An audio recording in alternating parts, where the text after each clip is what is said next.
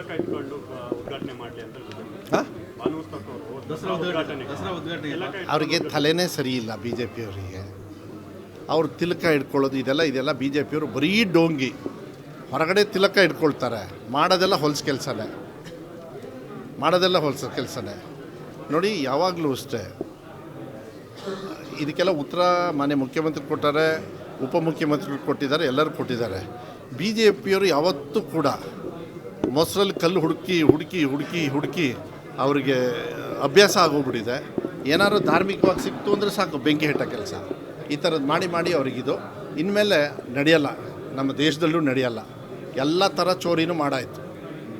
ಇನ್ನೆಲ್ಲರಿಗೂ ಜನರಿಗೂ ಗೊತ್ತಾಗ್ತಾಯಿದೆ. ಸಾಮಾನ್ಯ ಜನರು ಇವತ್ತು ಬಿಹಾರಿಗೆ ಹೋಗಿದ್ದೆ, ಚಿಕ್ಕ ಮಕ್ಕಳು ಹೇಳ್ತಾ ಇದ್ದಾರೆ ಏನಂತ, ಓಟ್ ಚೋರ್,